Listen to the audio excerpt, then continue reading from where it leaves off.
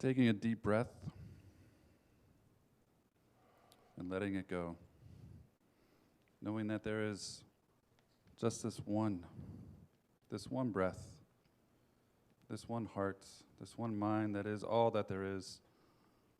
It is the power back behind all things, the source of all supply. It is that infinite intelligence that is humility and compassion and love and peace and prosperity and newness and creation. It is all of these things that I call God, Spirit, but it cannot be contained by these words. It is infinite and eternal. And I know it, and I feel it, and I sense it in everything throughout my day. It is in the vulnerability of this leafless winter, the gentle sway of a pine crown, and that lone red-winged blackbird stationing upon the telephone wire. It is in all of this simplicity and this beauty that surrounds each and every one of us. And I know that I am connected to that one. I am the infinite in this finite form. My eyes are that which the divine looks out onto this world. My hands, so intimately connected to that one, give forth the blessings of that divine. This is the truth of me, and this is the truth of each and every person here. That they too are connected to that infinite intelligence that beholds all of creation, that contains all those God qualities, all that wisdom, all that compassion resides within everyone here. So it is from this place of awareness and consciousness that I speak my word for this spiritual community here today. May the minor falls of our music team deepen you into that awareness of this present moment. And may those major lifts allow each one to find their own resounding rendition of hallelujah.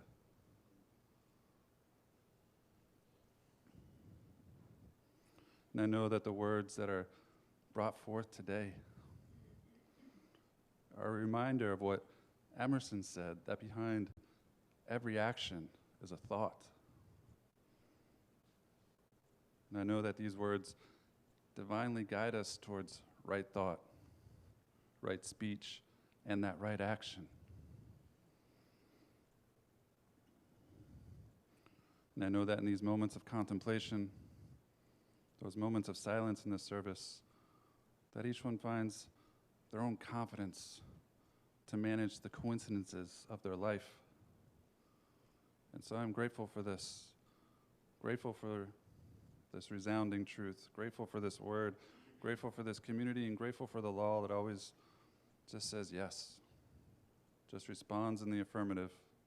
And so I give over this word into that law, knowing that it was done before it was even spoke. And I simply say, and so it is. So it is. Please join me in 2 minutes of silence.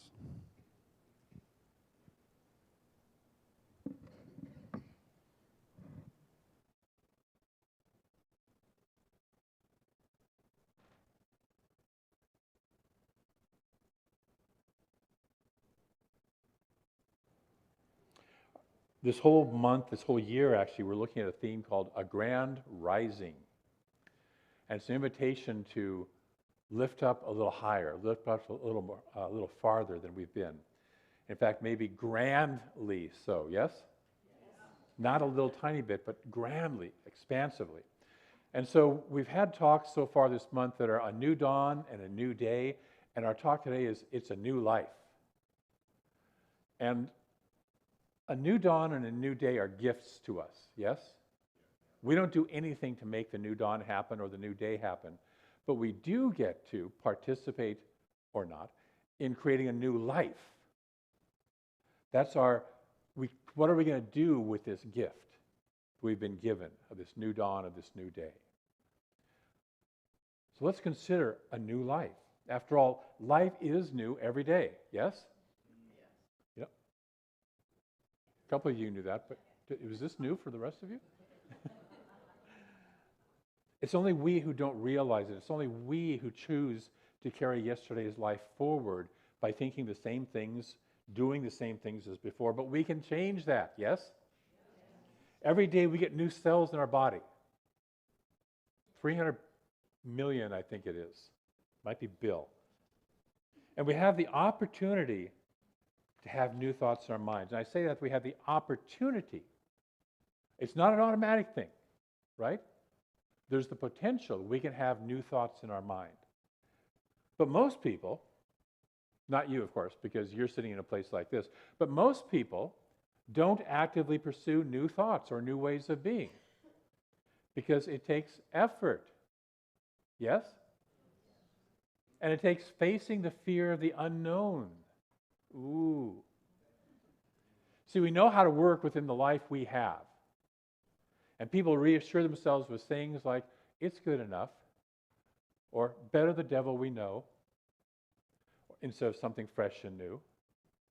And they continue to let outer circumstances and old ways of dealing with life, most of which we learned before we were 8 years old, yes, to dictate today's life.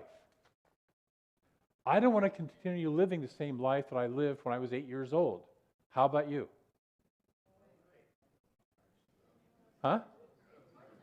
Well, parts you liked, but I mean the old conditioning that maybe you made decisions of. I'm not good enough, life is scary, all that stuff. So as we use the same old patterns to face our days, we begin to believe there are no other ways to live, and then that by itself is a self-reinforcing process. And so we strengthen the walls around ourselves, and then we think that those are the real walls, and we live within them. But we can break out. So why should we even want a new life in the first place? Because life, that capital L life, is flowing and expanding. It just is.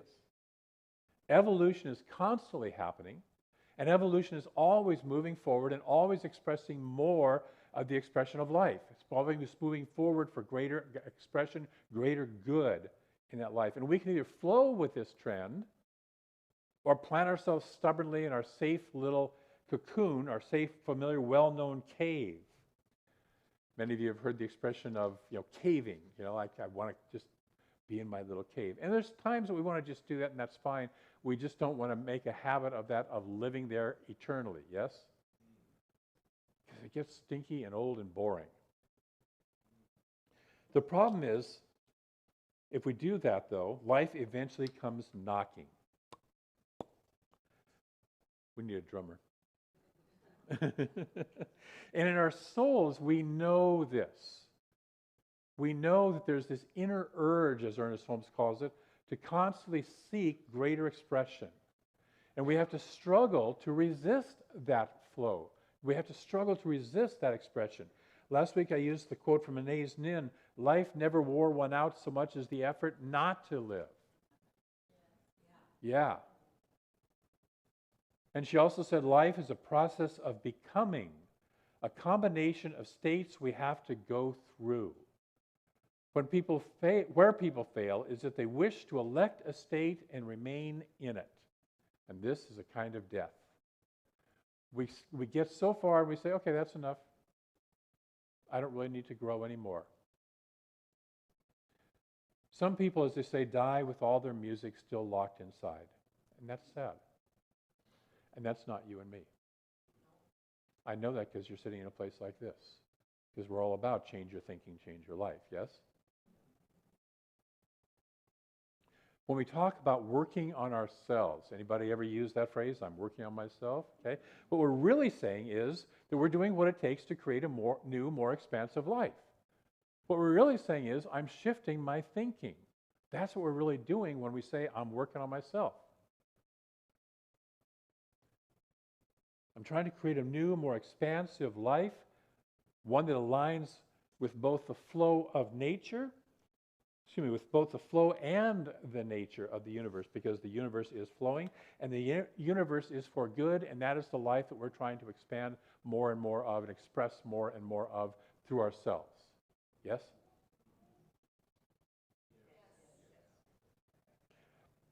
So we can go down the path of transformation, which is creating a new, more expanded life.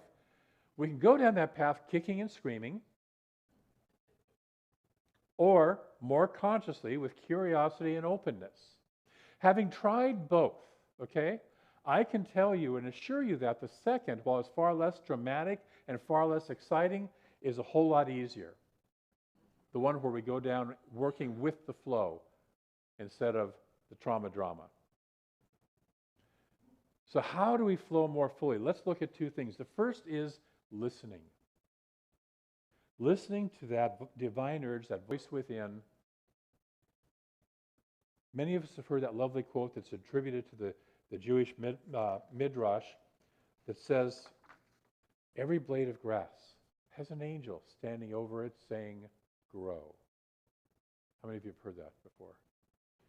No. Okay. A few are nodding your head, yes. It's interesting because the real midrash quote is a little bit more challenging. It says, there is not a single blade of grass that does not have a force in the firmament that strikes it and tells it, grow.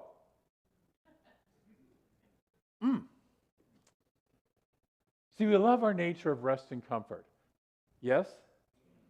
It's so much easier. But that is not our real calling. And so this voice within and circumstances without call us to grow. And we can, as it said, listen to the whisper or notice the nudge. Or we can wait for the 2x4 or the Mack truck or the locomotive.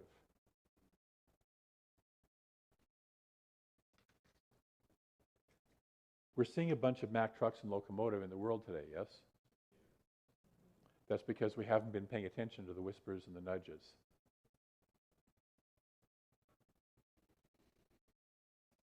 The world is made up of individuals, and we can shift as individuals, which will shift the consciousness of the world.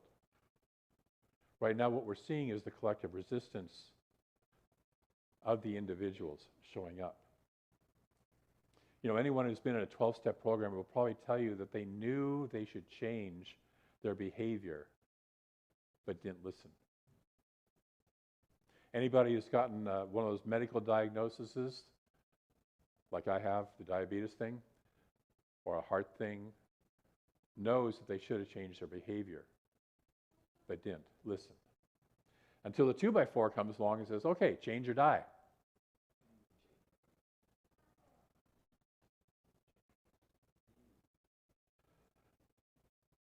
And so we get a far more painful strike from above to grow.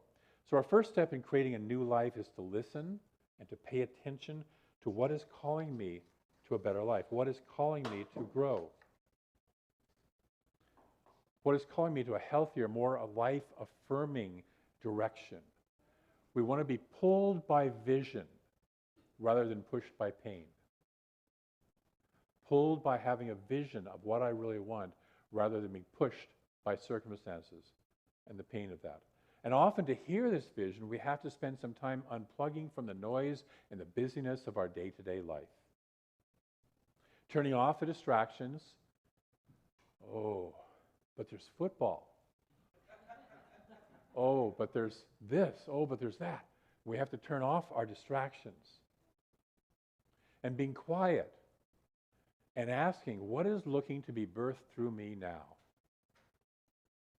What is looking to be birthed through me now? What is calling me forward? What is it that wants to be expressed in, through, and as me in my life? And then we encounter the second challenge of moving forward, of creating a new life, and it's because it's uncomfortable. It's different. It takes consciousness, it takes focused energy to shift into something new.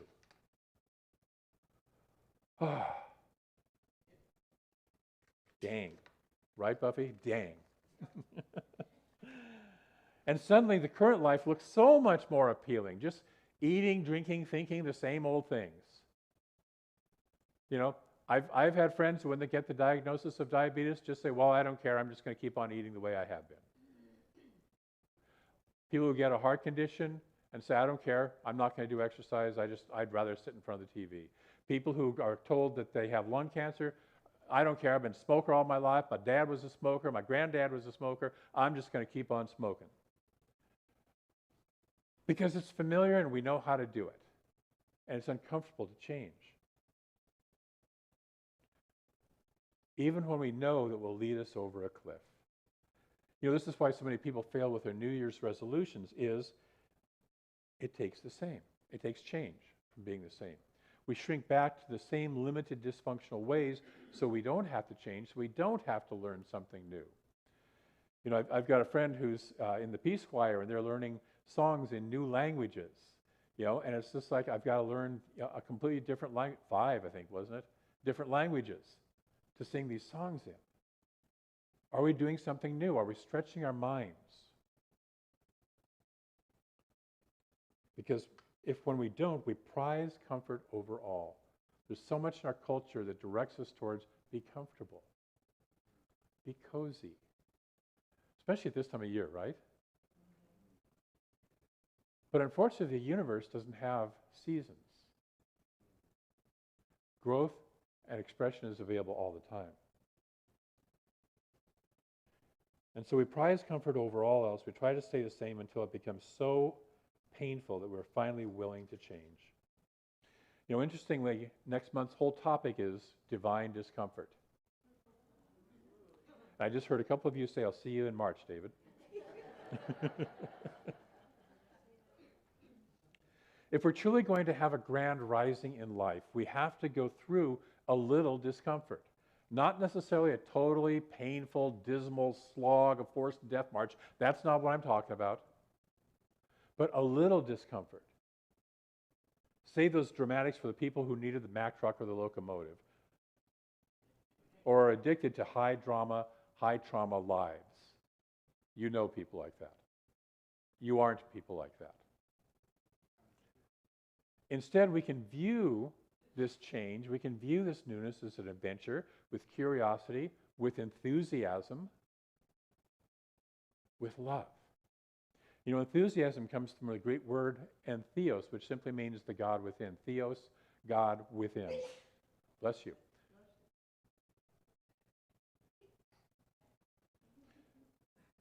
And enthusiasm doesn't mean necessarily a whole lot of noise. It means truly letting the God within flow, being passionate about what you do. You know, most heroes' journey stories have times of discomfort, have times of doubt and uncertainty, times of longing for home, times of wishing they just hadn't followed that wizard, or gone in pursuit of that princess, or taken that red pill. Right? I can remember a time in my own journey where I wished that I could just be satisfied. I wish I could just be one of those guys who had a pickup truck, a house, a wife, 2.6 kids, a decent job, and my great joy in life was drinking beer and watching football. I wish I could just be that kind of guy. But I can't. I'm not that person. I have an angel that stands over me, striking me, saying, grow. And being who I am, even when those thoughts came to me, I knew that I could never really be satisfied in that life. That's why you're here, is because you can never really be satisfied in that life. Creating a new life is one of the most challenging, frustrating, rewarding, and fulfilling experiences, deeply fulfilling paths that we can take. Will you take that path? Will you say yes to some discomfort? Sometimes feeling overwhelmed, sometimes other times feeling absolutely in the zone, where you absolutely know you're doing what's yours to do. You know, there's days in my history as ministry, that I've wondered what the heck I'm doing, but I've never doubted ministry itself, the ministry that wants to come through me. Hasn't always been easy. I've got to put up with people like you. Which is actually right.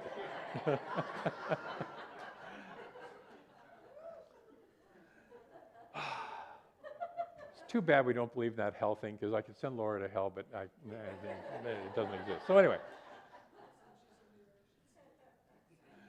Yes. We're all in it together. So there's challenges in whatever we do. In fact, we'd want that, wouldn't we? Would you want just a boring, mediocre, no challenge life? No. But if you're doing what you know you love, if you're doing the life that you know is being called through you, those challenges are just small little stones on this huge path of being authentic to yourself, of creating the life that you know you're here to create. And sometimes we don't even see that life. That's why I say listen and vision. We can only see a little ways ahead. There's a lovely song that says that, that a friend of mine does, that says, I can only see 200, when I'm driving at night with my headlights, I can only see 200 feet in front of me, but 200 feet is enough. All I need to know is what's my next. I don't need to know the whole where I'm going. Sometimes that helps. Sometimes we get that vision. But sometimes it's just, I just know the next step. And I feel the next step. And I know it's the right next step. That's the new life. So I invite you to take time to regularly listen to your angel that's saying grow. Ask for guidance and support. Ask for that vision. Take that time. It will be given. That guidance and support will be given, although sometimes not in an immediately recognizable form. Yes. Sometimes we have to get a little down the road so we can look back and say, oh, that's what that was about. That's what was guiding me into this. Then we have to be willing to experience a little discomfort, the discomfort of letting go of my way in exchange for the highway, the higher way. So that's your spiritual practice this week. Listen and follow and be willing to grow. Are you willing to play with that? Are you willing to play with that?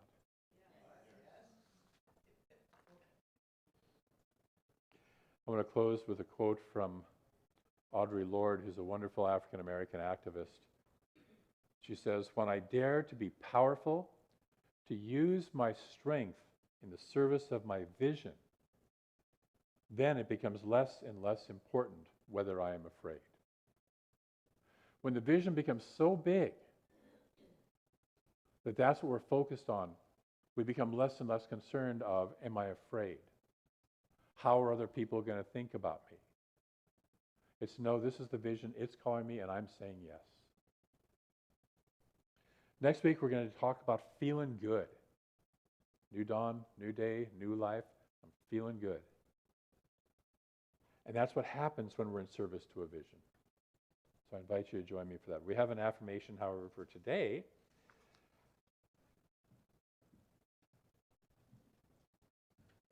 Which will come up there eventually. No, that's...